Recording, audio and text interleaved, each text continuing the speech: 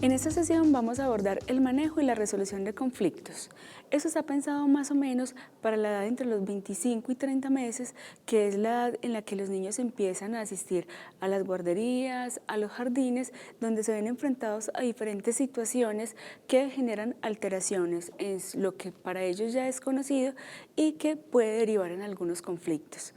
En estos espacios que ellos empiezan a conocer, ellos se enfrentan a diferentes tipos de vinculaciones, ya que se ven obligados a establecer relaciones cercanas con los cuidadores y con otros niños, tanto de su edad como de edades inferiores y superiores. Entonces esto es diferente para él porque él estaba acostumbrado siempre a estar con su cuidador principal y con las personas de su familia. Estas diferentes experiencias, según el tipo de relación, también generan en él cierta sensación de desubicación en tanto todo es nuevo para él. Hay diferencias en las pautas de crianza porque aunque el cuidador haya elegido el lugar en el cual va a estar el niño, ya sea la guardería, sea el jardín, porque coincide con los patrones de crianza que él tiene establecidos, es probable que los cuidadores en las actividades que realizan diariamente generen alguna modificación en esas pautas de crianza y generen una ambigüedad en el niño. Dichas diferencias en esas relaciones y en esas pautas también enfrentan al niño con las diferencias en las normas según el tipo de relación, ya que no existe la misma normatividad para la vinculación con los amiguitos a la misma normatividad con la directora del preescolar, con la profesora, con la señora que los atiende en cuanto al aseo del lugar. Entonces, todas estas diferencias en el niño pueden derivar en un conflicto que es importante poder anticipar y reconocer para poderlo manejar de la forma adecuada cuando se presente. Estas nuevas experiencias le exigen al niño reestructurar todo lo que él ya conoce incorporando nuevas normas, porque él venía acostumbrado siempre a una forma de vinculación y ya estas nuevas experiencias le exigen que saque de alguna forma lo que ya conocía, reestructure eso, incorpore normas nuevas y formas de vinculación nuevas, lo que exige para él también un proceso de aprendizaje y estructuración psíquica, que está basada en una confusión que el niño tiene, porque él no sabe qué se espera de él en los diferentes espacios, qué le es permitido y qué no le es permitido en los diferentes contextos. Un ejemplo de ello es que tal vez en el jardín se le permita comerse la fruta sentado en el piso, mientras que en la casa nunca se le ha permitido comerse la fruta en el piso, sino que para ello tiene la mesita, tiene la sillita de la alimentación. Entonces, si en un lugar se le permite y en el otro no, esto genera confusión en él. De ahí que el niño empiece a ensayar los diferentes tipos de comportamiento en los diferentes contextos en los cuales se encuentre. Es decir, que empiece cualquier día a comerse la fruta en la casa, pero sentado en el piso, buscando con ello mirar qué sucede, si la norma se cumple o si la puede reestructurar y también aplicar la norma del jardín en la casa. Por eso es muy importante que los cuidadores tengan conocimiento de la forma como se está realizando la orientación en los contextos en los que el niño está, para que puedan entender a qué se deben esos comportamientos y en vez de castigar o reprender porque no está haciendo la rutina como la venía haciendo, que era sentarse en el comedor o en la sillita, puedan entender y explicarle al niño: aquí se come de esta forma, tú sabes que aquí comemos en el comedor o en la sillita o como está estipulado en la casa, y explicarle que en un contexto se puede hacer de esa forma y en ese se puede hacer de otra si no hay la posibilidad de unificarlo para evitar dicha confusión en el niño.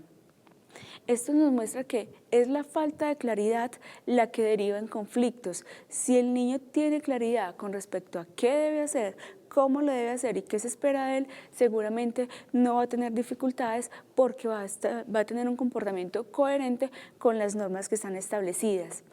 Entonces, esas emociones que generan los conflictos son básicamente la frustración frente a la imposibilidad de realizar eso que quiere hacer y la poca tolerancia a la frustración. En la interacción con los niños de su edad, con los amiguitos del jardín o el lugar donde el niño se encuentre, uno de los principales elementos que generan frustración o de los principales comportamientos más bien son posibilidad y la necesidad que tienen de compartir un espacio, compartir un juguete, compartir la atención del otro. Entonces el niño, al verse obligado a compartir un juguete, siente frustración porque ya no puede tenerlo todo el tiempo como lo desearía, y es la poca tolerancia a esa frustración, a ese sentimiento de malestar, la que deriva en una conducta ya sea agresiva con el otro o una conducta de expresión de emociones de forma inasertiva por medio del llanto, por medio de la intranquilidad o un momento de crisis específico. Estas situaciones confrontan todo el tiempo al niño con sus deseos y las normas establecidas. El niño puede desear tener el juguete todo el tiempo, pero la norma dice que lo debe compartir. Entonces, esto implica una reestructuración en el niño y la inclusión de esas nuevas normas que está aprendiendo en la interacción con otros niños de su edad. En ese sentido, el adulto, ¿qué debe hacer? Debe primero clarificar cuál es la norma que aplica para cada situación. Lo explicaba ahorita con la rutina para comerse la fruta. Él puede explicarle al niño, en el preescolar se come de esa forma, aquí en la casa es de esta forma. En la relación con los amiguitos, tú debes compartir. De pronto con un adulto no sea necesario hacerlo porque el adulto tiende a ceder a los deseos del niño, pero en la relación con los niños de su edad, él sí debe ceder el juguete, sí debe compartir. También debe clarificar cuál es el comportamiento que se espera de él, cómo debe comportarse en cada momento. Es decirle claramente, vamos a estar en este espacio, entonces tú debes estar tranquilo, debes guardar silencio, vamos a realizar cierta actividad para que el niño comprenda a qué se va a enfrentar y pueda anticipar y estructurar el comportamiento que va a tener en ese momento. También se debe clarificar cuáles son las consecuencias de cumplir la norma. Es decir, si tú tienes este comportamiento en ese espacio, que es el comportamiento que esperamos y que es conveniente para ti, entonces la consecuencia es que todos vamos a estar tranquilos. No sé si de pronto haya la posibilidad de un estímulo como un regalo o una satisfacción que el niño desee, que el niño pueda tener claro cuáles son las consecuencias de cumplir esa norma y que redunden en un beneficio para él y para el ambiente social. También el niño debe conocer cuáles son las consecuencias al no cumplir con esa norma. Pienso que es importante hacer mucho énfasis aquí a los cuidadores porque con frecuencia se tiene mucha claridad cuál es la sanción o cuál es el castigo asociado al incumplimiento de una norma, pero no se tiene claridad cuáles son las consecuencias de cumplir la norma y hacer las formas como se espera. Entonces, si tenemos claro cuáles son las consecuencias de no cumplir, también debemos tener claro cuáles son las consecuencias al cumplir la norma para que el niño pueda reconocer esas diferencias. Por otro lado, es importante que el niño sepa cuál es el proceso, en ese proceso de exploración, cuál es la norma que la pueda incorporar y que él pueda empezar en ese momento un proceso de comprobación de la norma, ya que los niños todo el tiempo están probando la norma encarnada en el cuidador. Ellos quieren en ese proceso de exploración que ya pasó de conocer la norma, ya pasan a otro proceso que da cuenta de un desarrollo superior, que es comprobar la norma. Él ya sabe cuál es la norma, ya las identificó, ya las exploró. Ahora quiere saber si esa norma es tan clara para él como lo es para los cuidadores o a la inversa, porque muchas veces el niño tiene la norma clara, pero es el cuidador quien la olvida, quien por alguna actividad que esté realizando no tiene en cuenta las consecuencias y permiten que el niño tenga de alguna forma esa ambigüedad con respecto a qué debe y qué no debe hacer. Entonces, entre las recomendaciones que tenemos para los cuidadores, que ustedes pueden suministrar en los momentos que interactúan con ellos, es sobre todo ser coherentes con las normas y con los propios comportamientos. Ya hemos dicho en muchos momentos la importancia de enseñar con el ejemplo, ya que el cuidador es el elemento que tiene el niño para identificarse y para repetir, entonces el ejemplo es fundamental. También es muy importante ser reiterativo en cuanto a lo que se espera del niño, evitando la cantaleta, que es muy común ante la frustración de pronto de los cuidadores al no saber la forma adecuada de orientar al niño para que maneje una situación específica, para que enfrente un conflicto o para evitarlo, que se recurra a la cantaleta, a explicar, a explicar, a explicar, y llega un momento en el cual el niño deja de prestar atención porque no se identifica con eso que el cuidador está diciendo, deja de prestar atención, entonces la cantaleta realmente no tiene mucho efecto. Es ser reiterativo, pero de forma asertiva.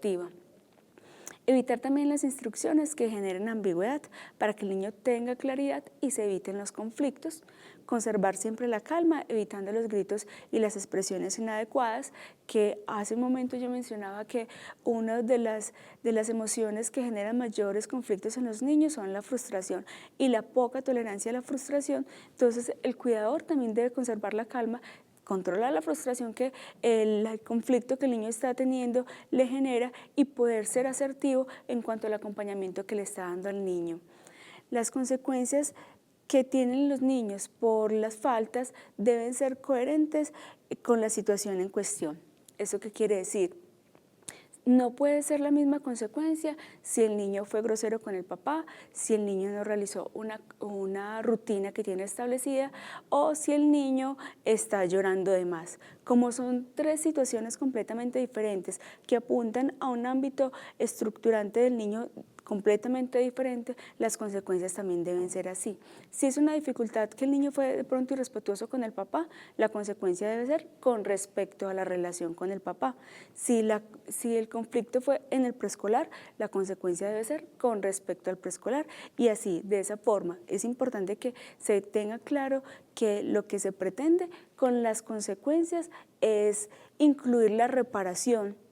de la relación, si es el caso, o de la situación en particular, y buscar que el niño pueda reparar por medio de la consecuencia eso que se dañó por medio del conflicto. Y es buscar que también pueda identificar cómo sus actos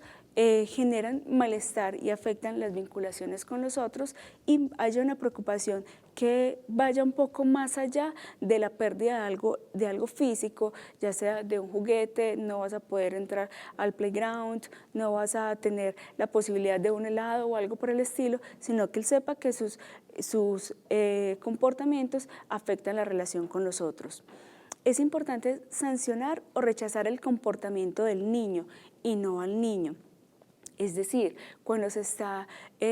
orientando al niño sobre el comportamiento que se espera de él o frente a una situación específica, lo que debemos decir, no me gusta el comportamiento que estás teniendo un comportamiento grosero o estás siendo brusco o estás teniendo un comportamiento que es inadecuado y no decir tú eres un niño grosero. Vemos entonces la diferencia, no es el niño grosero, sino el comportamiento grosero. Esto hace una diferenciación en el niño, en tanto en este momento de aprendizaje y exploración de la norma que el niño tiene, él también está estructurando su personalidad. Entonces, si escucha de afuera que es un niño grosero y lo escucha de una figura cuidadora, que tiene autoridad para él y que todo lo que viene de él viene cargado de valor, el niño va a crecer pensando que es un niño grosero y el niño no es grosero, su comportamiento es grosero. Y ahora podemos reconocer que si el niño está siendo grosero y tiene estos conflictos es porque ha faltado claridad y ha faltado instrucción por parte de los cuidadores para que el niño sepa cómo no ser grosero. Entonces es importante sancionar el comportamiento del niño y no al niño. Nombrar el comportamiento y no nombrar al niño porque el niño tiene diversidad de comportamientos. Evitar también negociar con el niño o con los otros cuidadores las consecuencias, porque esto obviamente resta credibilidad a las normas y al cuidador como tal. Es decir, si ya se le ha dicho al niño que si no comparte con el amiguito el juguete, entonces no va a poder jugar durante 20 minutos. Esos 20 minutos no se pueden negociar, no se puede negociar a 15 o a 5 o evitar completamente la consecuencia porque esto le resta credibilidad al cuidador y a la norma. Entonces el niño aprende, ahorita decíamos que el niño está en el proceso de comprobación de la norma, entonces el niño se da cuenta que él puede entonces seguir teniendo ese comportamiento porque la consecuencia es negociable y él puede obtener ciertos beneficios. Vemos entonces que las recomendaciones apuntan principalmente a la claridad y a la coherencia con la cual los cuidadores se comunican con los niños, entonces es a eso a lo que le tenemos que hacer mucho énfasis en la comunicación que tenemos con los cuidadores. Espero entonces que haya sido claro el tema para el manejo de las situaciones conflictivas. Los invito a buscar y a revisar los otros temas.